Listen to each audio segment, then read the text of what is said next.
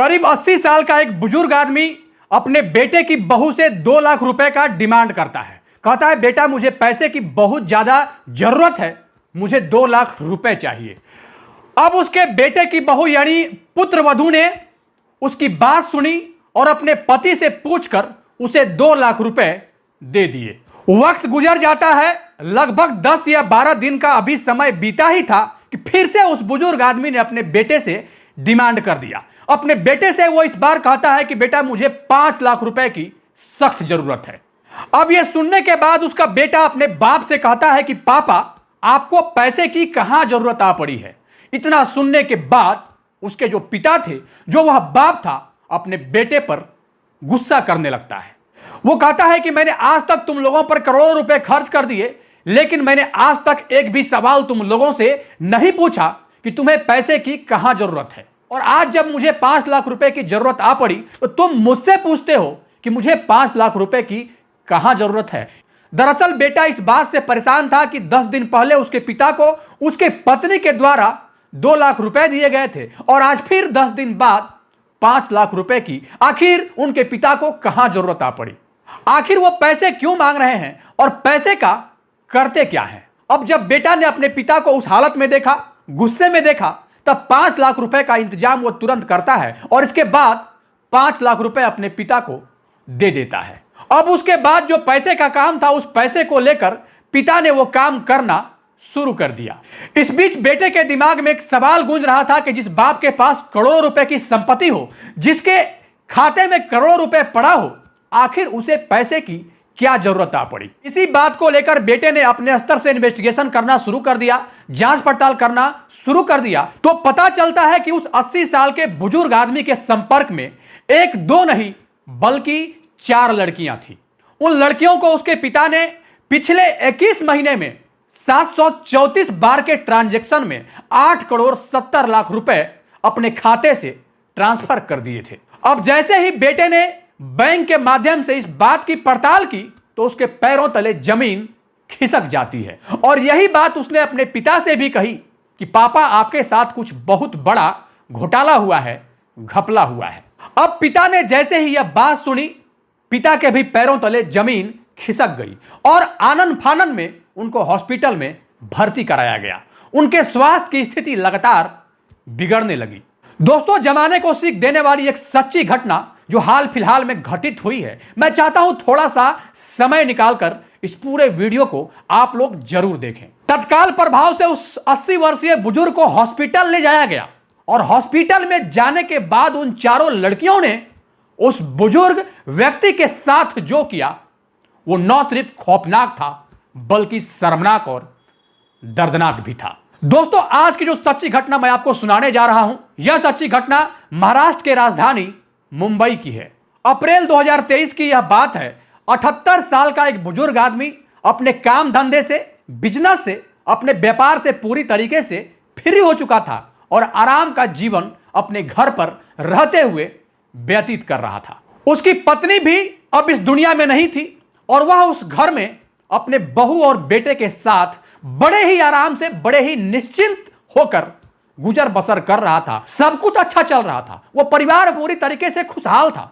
लेकिन उसे इस बात की बिल्कुल भी जानकारी नहीं थी कि उसका हंसता खेलता परिवार एक नहीं बल्कि 4 लड़कियों के आगमन से पूरी तरीके से तबाह हो जाएगा, बर्बाद हो जाएगा। अक्सर उस बुजुर्ग आदमी का जो वक्त गुजर रहा था वो मोबाइल के सोशल मीडिया के अलग अलग पन्नों को पलटने में गुजर रहा था। इसी बीच उस बुजुर्ग आदमी ने अपने फेसबुक अकाउंट से एक बेहद ही खूबसूरत सी दिखने वाली लड़की जिसका नाम सारवी था, उसको फ्रेंड रिक्वेस्ट सेंड करता है। वह लड़की सारवी उस बुजुर्ग आदमी के फ्रेंड रिक्वेस्ट को रिजेक्ट कर देती है।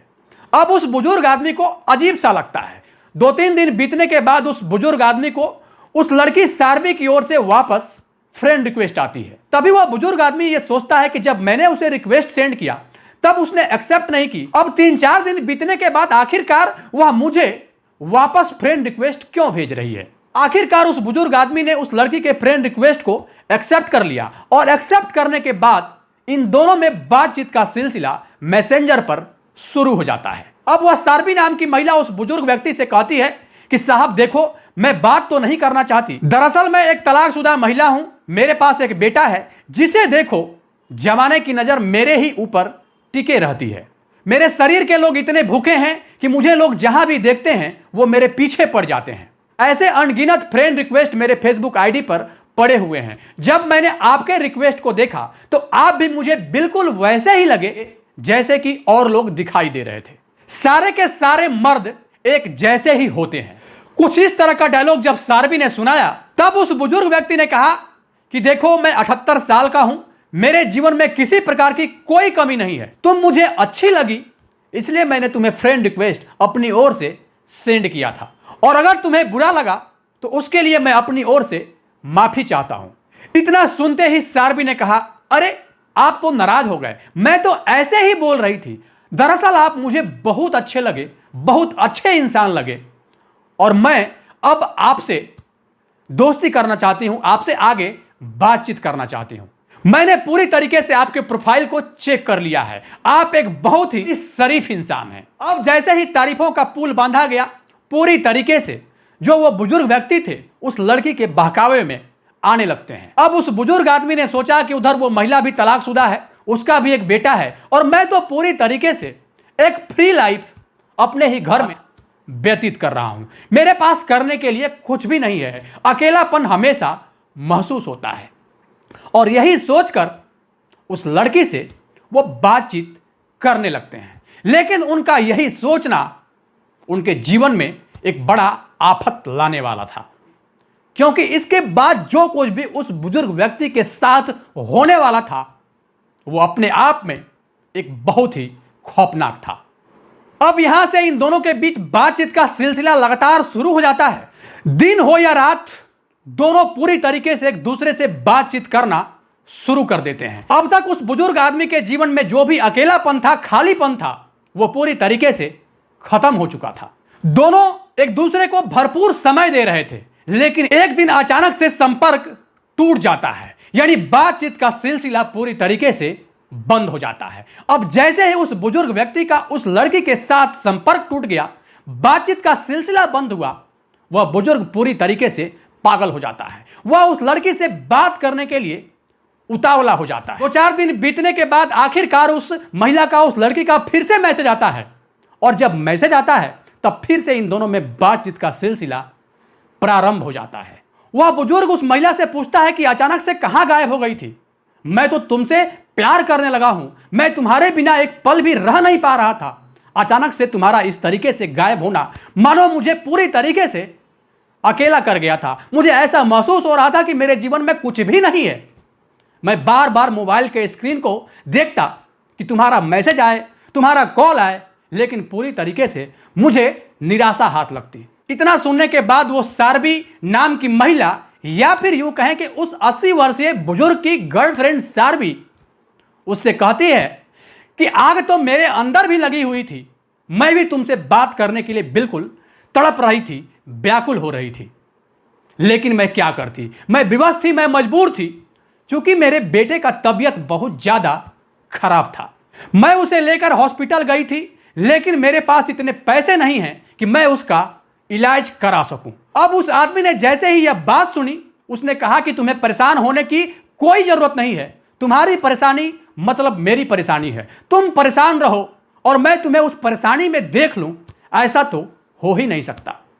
तुम अपने बेटे की जहां इलाज कराना चाहो वहां कराओ, पूरी तरीके से तुम्हें जिस भी तरीके की मदद की जरूरत हो मैं तुम्हें लगातार करता रहूंगा। और अंत अपने बेटे के इलाज के नाम पर वह उस बुजुर्ग व्यक्ति से पैसे लेने लगती है, और यह बुजुर्ग उस सारबी नाम की महिला को, यानी कि अपनी तथाकथित गर्लफ्रेंड को पैसे भेजने लगते हैं, और उस लड़के का इलाज भी शुरू हो जाता है। अब इधर उसके बेटे के इलाज चल रही थी, और इलाज चलते चलते लगभग 2 या 3 माह का वक्त बीत जाता है, और इधर सारबी से उस बुजुर्ग व्यक्ति की बातचीत लगातार बढ़ते रहती है। ये दोनों आपस में एक बहुत ही कंफर्ट होकर वैसे रोमांस भरे हर वो बात कर रहे थे जो बात शायद एक यंग लड़का और लड़की एक दूसरे के साथ करते हैं। और इस बीच इन दोनों के बीच बातचीत होते होते अचानक से एक बार फिर से इन दोनों के बीच कम्युनिकेशन टूट जाता है, बंद हो जाता है। अब एक बार फिर से वो बुजुर्ग आदमी उस महिला सार्बी से बात करने के लिए परेशान हो जाता है। सार्बी से बातचीत करने की तमाम कोशिशें की, तमाम प्रयास किया, लेकिन उसकी सारी कोशिशें, उसका सारा प्रयास विफल हो जाता है। अब 2-4 दिन बाद एक कविता नाम की लड़की का फोन आता है। वह कहती है कि मैं सार्बी की बहुत अच्छी फ्रेंड हूं, आप कैसे हो? मैंने सुना है आप एक बहुत अच्छे इंसान हो, बहुत शरीफ इंसान हो। अब यह बात सुनने के बाद, चूंकि कविता ने उस शख्स की तारीफों से बातचीत शुरू की थी और जैसे ही तारीफों का सिलसिला आगे बढ़ने लगता है, अपनी तारीफ सुनते हुए उस बुजुर्ग को भी अच्छा लगने लगता है। और इसी बीच इन दोनों के बीच कुछ ऐसी बातचीत शुरू होती है जिसकी आप कल्पना भी नहीं कर सकते हैं। दरअसल कविता उस व्यक्ति से अश्लील बातें करती थी, गंदी बातें करती थी। कविता उस बुजुर्ग व्यक्ति से कुछ ऐसी ऐसी बातें करती जो बात सुनने के बाद बुजुर्ग को भी अच्छा लगता, उसे भी खुशी होती और उसे ऐसा लगता मानो दुनिया की हर खुशी उसे मिल गया हो। देखते ही देखते बातों का सिलसिला कुछ इस कदर आगे बढ़ता है, बातचीत करते करते ये दोनों एक दूसरे के इतने करीब आ जाते हैं जिसकी परिकल्पना आप सपने में भी नहीं कर सकते। ये सब जो भी कुछ चल रहा था ऑनलाइन ही चल रहा था। दोनों वीडियो कॉल पर ही एक दूसरे को देखते थे, दोनों के वीडियो कॉल पर ही कपड़े उतरते और दोनों एक दूसरे को उसी अवस्था में घंटों देखते रहते थे और उसी अवस्था में बातचीत का सिलसिला भी आगे बढ़ता रहता। अब ये सब करते हुए 1 महीने का वक्त बीत गया। इस बीच कविता ने उस बुजुर्ग व्यक्ति के घर की कोई भी ऐसी जगह नहीं छोड़ी, चाहे वो बेडरूम हो या फिर बाथरूम हो, जहां का तस्वीर, जहां की न्यूड वीडियो उस बुजुर्ग व्यक्ति का अपने मोबाइल में कैप्चर न कर ली हो। अब इस तस्वीर और वीडियो के बेस पर ही कविता ने उस बुजुर्ग शख्स को ब्लैकमेल करना आरंभ कर दिया। वो कहती कि मुझे तुमसे सिर्फ पैसे चाहिए, अगर पैसे नहीं मिले तो मैं यह तस्वीर और यह वीडियो सोशल मीडिया पर अपलोड कर दूंगी, तुम्हें जानने वाले सभी लोगों को यह तस्वीर और यह वीडियो भेज दूंगी। अब मरता क्या ना करता। वह बुजुर्ग ब्लैकमेल होने के डर से लगातार कविता को पैसे भेजता रहा। अप्रैल 2023 से कहानी शुरू होती है और नवंबर 2023 आ जाता है और फिर 2024 की कहानी शुरू हो जाती है। अब जैसे जैसे वक्त आगे बढ़ रहा था वैसे वैसे कविता की डिमांड लगातार आगे बढ़ रही थी। जब अच्छे खासे पैसे कविता ने उस बुजुर्ग शख्स से ठग लिए, तब फिर अचानक से उसने अपना मोबाइल बंद कर लिया, पूरी तरीके से अपना कम्युनिकेशन उस बुजुर्ग शख्स से तोड़ दिया। अब 1 सप्ताह बाद एक दिनाज नाम की महिला एक इंटरनेशनल कॉल करती है और कहती है कि मैं सार्बी की छोटी बहन बात कर रही हूं। सार्बी ने मुझे आपसे बात करने के लिए बोला है। अगर आपको लगता है कि मैं सार्बी की छोटी बहन नहीं हूं तो आपके और सार्बी के बीच जो भी कुछ बातचीत हुई है उसका चैट मेरे पास है, मैं आपको वो भेजती हूं, आपको यकीन हो जाएगा। अब जैसे ही यह बुजुर्ग आदमी ने बात सुनी उसे बहुत अच्छा लगा। उसे लगा आखिरकार बहुत दिनों बाद आज सार्बी की खबर मिल गई। उस बुजुर्ग शख्स ने सार्बी के बारे में पूछा कि अब सार्बी कैसी है। तब इतना सुनते ही जो दिनाज नाम की महिला इंटरनेशनल कॉल की थी वो फोन पर ही रोने लगती है और रोते हुए कहती है कि दरअसल सार्बी का बेटा बहुत ज्यादा बीमार था। सार्बी का बेटा तो ठीक हो गया लेकिन अब सार्बी बहुत ज्यादा बीमार हो गई है। सार्बी को हमने हॉस्पिटलाइज किया है और हॉस्पिटल में उसका इलाज चल रहा है, ट्रीटमेंट चल रहा है और इलाज के लिए अब कुछ भी पैसे नहीं है। अगर आपके पास पैसे हों तो आप मदद कर सकते हैं तो कर दीजिए। आखिरकार तरस खाकर उस बुजुर्ग आदमी ने इलाज के नाम पर पैसे देना एक बार फिर से आरंभ कर दिया, क्योंकि वह सार्बी को बहुत पसंद करता था और सार्बी से उसकी साफ सुथरी दोस्ती थी। कुछ भी वैसा कविता वाला सीन नहीं था। जिस तरीके से कविता ने उसके साथ किया था वैसा कुछ सार्बी ने नहीं किया था, इसलिए सार्बी के लिए उसके दिल में आज भी जगह था। अब इलाज के नाम पे जैसे जैसे डिमांड आ रहा था उसके अकॉर्डिंग वो पैसे भी वैसे वैसे भेज रहा था। लेकिन कुछ दिन बाद दिनाज ये खबर देती है कि अब सार्बी इस दुनिया में नहीं रही, वह मर चुकी है। उसे तसल्ली दी जाती है कि अब जो हुआ सो हुआ। जब दिनाज के द्वारा यह तसल्ली दी गई तब वह बुजुर्ग व्यक्ति भी मान जाता है और अब वक्त फिर से आगे बढ़ता है और बातचीत भी अब फिर से आगे बढ़ने लगती है। अब एक लड़की जो 4थे नंबर पर आती है जिसका नाम जैस्मीन होता है वह भी बातचीत करना शुरू कर देती है। जैस्मीन शुरू से ही इतनी उतावली थी कि वह उस बुजुर्ग को बहुत ही कम समय में अपने जाल में फंसाना चाहती थी। उसे सफलता भी मिल जाती है और आखिरकार बातचीत का सिलसिला फिर से एक बार शुरू हो जाता है। अब बातचीत करते करते एक दिन जैस्मिन अचानक से उसे कहती है कि अबे बुढ़े सुनो, 80 साल में जवानी ज्यादा उबाल मार रहा है ना, तो जो मैं बोल रही हूं वो ध्यान से सुनो। कविता से मुझे तुम्हारे कुछ तस्वीर और वीडियो मिले हैं, मुझे पैसे चाहिए और मेरा डिमांड अगर पूरा नहीं हुआ तो वो तस्वीर और वो वीडियो सब कुछ सोशल मीडिया में वायरल कर दूंगी। अब वह 80 साल का बुजुर्ग आदमी लगातार उलझता चला जा रहा था। उसे इस बात की बिल्कुल भी जानकारी नहीं थी कि उसके जिंदगी में बारी बारी से 4 लड़कियों का आगमन हो चुका था और हर लड़कियों ने अपनी अलग अलग कहानी सुनाई थी। लेकिन इस बार जैस्मिन ने जो कहानी सुनाई वो बहुत ज्यादा भयानक हो जाती है।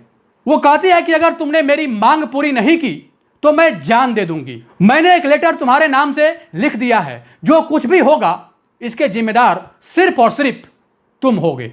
वह बुजुर्ग आदमी लगातार फंसता चला जा रहा था और फंसते फंसते अब तक उसकी जेब पूरी तरीके से खाली हो चुकी थी। अब उसके पास बिल्कुल भी पैसे नहीं थे। उसने तमाम कोशिशें की, हाथ पांव जोड़े कि वह लड़की किसी तरह मान जाए, लेकिन वह लड़की थी कि मानने को बिल्कुल भी तैयार नहीं थी। जैस्मिन कहती है कि तुम कहीं से भी पैसे का इंतजाम करो, मुझे बस पैसे चाहिए। अब वह मजबूर होकर अपने पुत्र वधू से यानी कि अपने बेटे की पत्नी से 2 लाख रुपए लेता है और इसके बाद फिर 5 लाख रुपए अपने बेटे से लेता है। अब इस बात को लेके, चूंकि वह बुजुर्ग व्यक्ति के अकाउंट में करोड़ों रुपए थे, अब उसका बेटा सोचता है कि पापा आज तक हमसे पैसे नहीं मांगे और अचानक से इन्हें पैसे की क्या जरूरत आ पड़ी, और वो भी 10 दिन के अंदर इनको 7 लाख रुपए की आखिर कौन सी इमरजेंसी आ गई। बेटे और बहू ने पैसे तो दे दिए, लेकिन बेटे ने अपनी तरफ से इन्वेस्टिगेशन करना शुरू कर दिया। बैंक में जाकर जब बेटे ने इस बात का पता करना शुरू किया, पता चलता है कि बाप के खाते से 734 बार के ट्रांजैक्शन में 8 करोड़ 70 लाख रुपए के आसपास का अमाउंट उसके अकाउंट से ट्रांसफर कर दिया गया था। और जो ट्रांसफर किए गए थे वह यूपीआई, एनईएफटी, आईएमपीएस, तमाम बड़े बड़े ट्रांजैक्शन उनके खाते से किया गया था। इस तरह से 8 करोड़ 70 लाख रुपए का रकम उसके खाते से निकल जाता है और जो ट्रांसफर किया गया था खुद उसके बाप ने अपने ही हाथों से किया था। जब बेटे को पता चलता है तब 22 जुलाई 2025 को toll free number cyber crime का 1930 उस पर कॉल किया जाता है और कॉल करने के बाद पूरी कहानी, पूरा वाकया बताया जाता है। उसके बाद नजदीकी पुलिस स्टेशन में इस बात को लेकर एक एफआईआर भी दर्ज कराई जाती है। अब जैसे ही बुजुर्ग आदमी को यह पता चला कि उसके साथ बहुत बड़ा फ्रॉड हो चुका है, 4 अलग अलग लड़कियों ने उसके साथ हमदर्दी जताकर, उसके दिल में जगह बनाकर उसके 8 करोड़ 70 लाख रुपए 734 बार के ट्रांजैक्शन में लूट लिए हैं। इतना सुनते ही वह पूरी तरीके से अपना मानसिक संतुलन खो देता है। उस 80 वर्षीय बुजुर्ग को आनंद फानन में हॉस्पिटल में एडमिट कराया जाता है।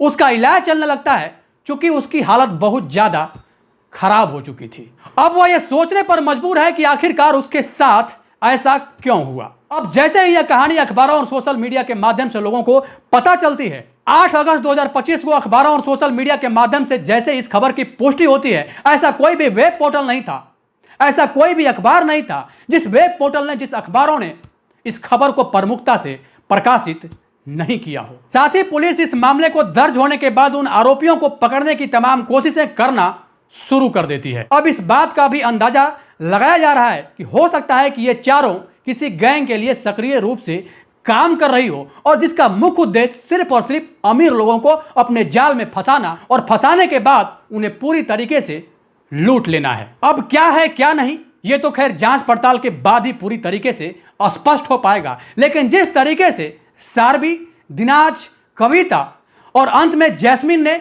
उस बुजुर्ग व्यक्ति को जिस तरीके से लूटा, उससे तो साफ पता चलता है कि इन चारों लड़कियों का आपस में कोई ना कोई लिंक जरूर था। दोस्तों, इस घटना को बताने का उद्देश्य किसी को परेशान करना नहीं, किसी के भावनाओं को हत करना नहीं, किसी के अंतरात्मा को चोट पहुंचाना नहीं, बल्कि आपको सचेत करना है, आपको जागरूक करना है। आपको यह बताना भी है कि इस तरीके से बेवजह की जो बातें होती है, सोशल मीडिया पर कुछ नए लोग आपसे जुड़ने की कोशिश करेंगे, आपके प्रोफाइल को देखने के बाद आपकी तारीफ करेंगे, तो वहां पर सतर्क रहने की जरूरत है। 8 करोड़ 70 लाख रुपए की 734 बार में ट्रांजैक्शन हुई थी, तो क्या एक बार भी वह बुजुर्ग व्यक्ति, वह बुजुर्ग आदमी अपने बेटे से, अपने बेटे की पत्नी से यानी अपनी पुत्र वधू से, अपने किसी रिश्तेदार से, अपने सगे संबंधियों से, अपने दोस्तों से बात नहीं कर सकते थे। इस बात की जानकारी अपने चाहने वाले लोगों में किसी भी एक पर्सन को उस बुजुर्ग व्यक्ति के द्वारा तत्काल दिया जाता तो इतना बड़ा फ्रॉड उसके साथ नहीं होता। लेकिन दुर्भाग्य, उसने ऐसा नहीं किया। किसी से बिना बातचीत किए ही वह 80 साल का बुढ़ा लगातार लड़कियों के हुस्न का दीदार करता रहा और उसके बदले में उसे पैसे भेजता रहा। उसे होश तब आता है जब उसने सारे पैसे गंवा दिए। बाकी इस पूरे घटनाक्रम को लेकर आप क्या सोचते हैं? अपनी राय निष्पक्षता के साथ कमेंट बॉक्स में जरूर दें और यह भी बताएं कि आखिर उस बुजुर्ग व्यक्ति की क्या व्यवस्था रही जो उसने बिना सोचे, बिना समझे, किसी से बिना पूछे ही लगातार पैसे भेजता रहा। अपनी राय निष्पक्षता के साथ कमेंट बॉक्स में जरूर दें। जहां भी रहें सुरक्षित रहें, सावधान रहें, अपना ख्याल रखें। जय हिंद, जय भारत।